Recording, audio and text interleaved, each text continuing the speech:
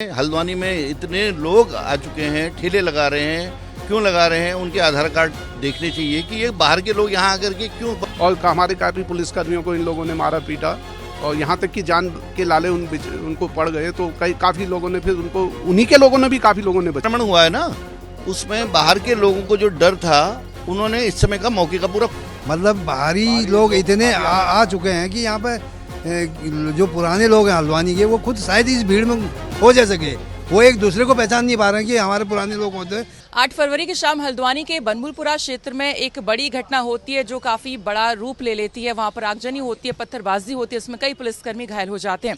अब इस पूरे घटनाक्रम के बाद यहाँ के जो स्थानीय लोग हैं, जो खासकर यहाँ के अधिवक्ता हैं, वो क्या कुछ सोचते हैं और कितना हल्द्वानी के लोग इससे दहशत में आए हैं, क्या वो सोचते हैं, इस सब पर हम बातचीत करने के लिए यहाँ पर तहसील में मौजूद है, जहाँ पर हमारे साथ मौजूद है एडवोकेट हैं। सर, आपका नाम क्या है? जितेंद्र कुमार पंत। पंत जी, हल्द्वानी में जो हिंसा हुई है और हम सुन रहे हैं कि इससे पहले कभी यहाँ पे इस तरह की कोई वारदात मतलब नहीं हुई है, तो जब ये 8 तारीख को घटना हुई, आपके दिमाग में क्या चल रहा था, क्या सोच रहे थे उस वक्त? दुखद घटना थी बहुत ज़्यादा, जो नहीं होनी चाहिए थी, क्योंकि हल्द्वानी का इतिहास रहा नहीं है इस टाइप के दंगों के लिए। कोरोना में जो शक्तियाँ हुई थी वही शक्तियाँ देखने के लिए मिली दोबारा कर्फ्यू के दौरान।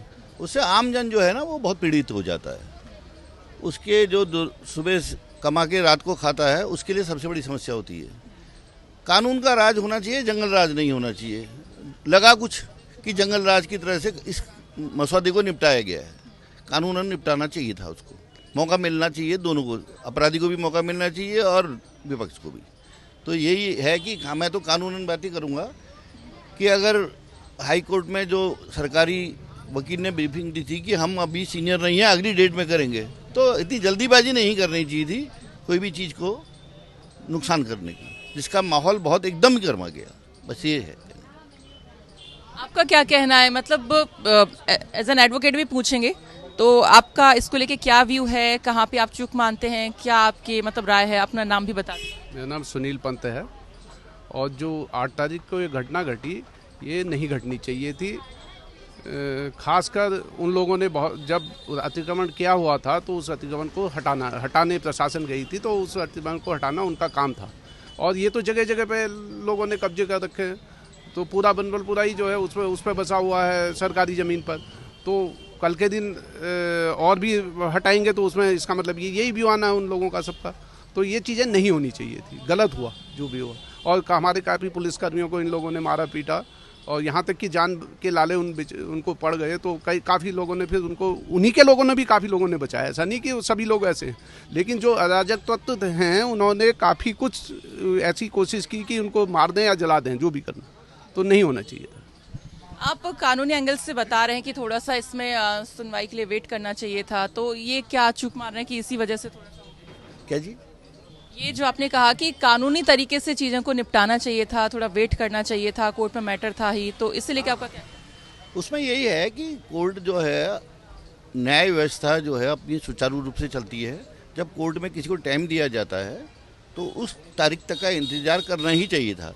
हाँ, ये है कि हमारा प्रशासन सोया रहता है और अचानक ज्वार आता है उनके ऊपर, वो अपनी समीक्षाएं करने लग जाते हैं। हल्द्वानी में इतने लोग आ चुके हैं, ठेले लगा रहे हैं, क्यों लगा रहे हैं? उनके आधार कार्ड देखने चाहिए कि ये बाहर के लोग यहाँ आकर के क्यों उपद्रव कर रहे हैं।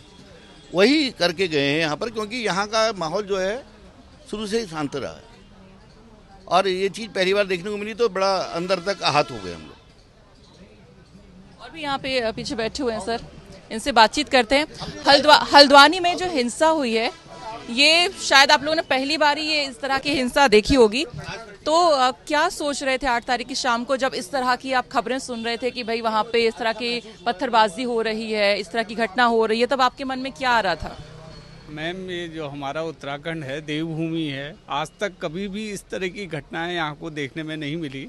लेकिन जो ये घटना हुई, चाहे बाहरी लोग थे, तो प्रशासन ने जो है इसको जो है बाहरी लोगों को, जो लोग यहाँ पे बसे हुए हैं या जो है, उनका आइडेंटिफिकेशन करना चाहिए, है ना। और इस तरह की घटनाएं जो है आगे ना हो कह के इन लोगों पे जो है सख्ती से जो है देखना चाहिए कि कौन लोग यहाँ के हैं और कौन लोग बाहर आके यहाँ पे बस के इस तरह के उत्पात मचा रहे हैं।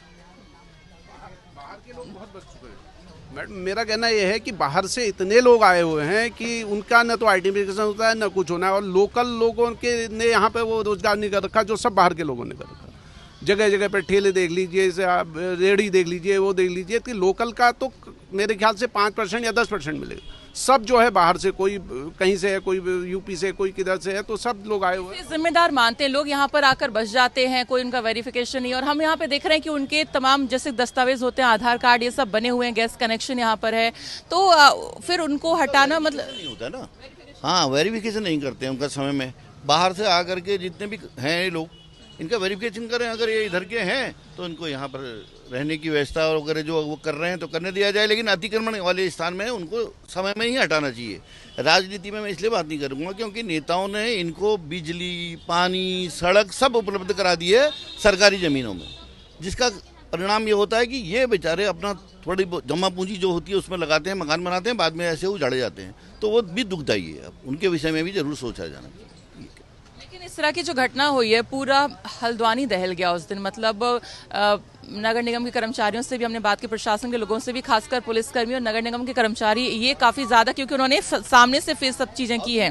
तो बनभूलपुरा में इस तरह की घटना होना, मतलब पहली बार ही देवभूमि में इस तरह की घटना हुई है, तो इस एंगल में आप क्या कहेंगे? ये पहली बार हुई है, बहुत शर्मनाक, हल्द्वानी के लिए बहुत शर्मनाक है। हम लोग भी खुद शर्मिंदा हैं कि हल्द्वानी में ऐसी घटनाएं हो गई जो कि नहीं होनी चाहिए। ये सब बाहरी लोग जो बसे हुए हैं उनके द्वारा ज़्यादा की गई।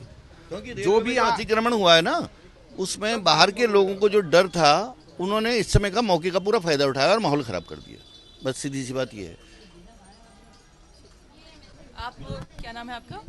मेरा भजन सिंह मेहरा। मेहरा जी, हल्द्वानी की जो हिंसा हुई है, आप यहीं पर रहते हैं? तो इस हम बात करें कि पहली बार हल्द्वानी में इस तरह की घटना देखने को मिली है, तो इसे आप किस तरह से देखते हैं? क्योंकि कभी इस तरह का माहौल यहाँ पे नहीं बिगड़ा है। नहीं, पहले तो यहाँ कभी इस तरह का माहौल होता नहीं था। और अमूमन अभी इधर जब से उत्तराखंड बसा है, इन्हें बना है यानी कि 2000 से, तो यहाँ पर जो है डेमोग्राफी बहुत चेंज हो चुकी है। मतलब बाहरी लोग इतने आ चुके हैं कि यहाँ पर जो पुराने लोग हैं हल्द्वानी के, वो खुद शायद इस भीड़ में खो जा सके। वो एक दूसरे को पहचान नहीं पा रहे हैं कि हमारे पुराने लोग होते हैं। सब बाहरी लोग यहाँ पर आने के बाद क्या हो, इसमें जिला प्रशासन और प्रशासन की तो 100% गलती है। भाई जब भी बाहरी लोग आते हैं यहाँ एक्टिविटी करते हैं, अभी जैसे यहाँ रोडें बनी हैं, रोड बनने से पहले उन पर अतिक्रमण हो गए, ठेले फल सब्जी वाले बैठ जाते हैं, तो रोडों में जाम भी लगा रहता है। यदि उनको कोई प्रशासन वाला, या तो वो पैसे लेते हैं प्रशासन वाले, इसलिए वो काम करते हैं इस तरीके से।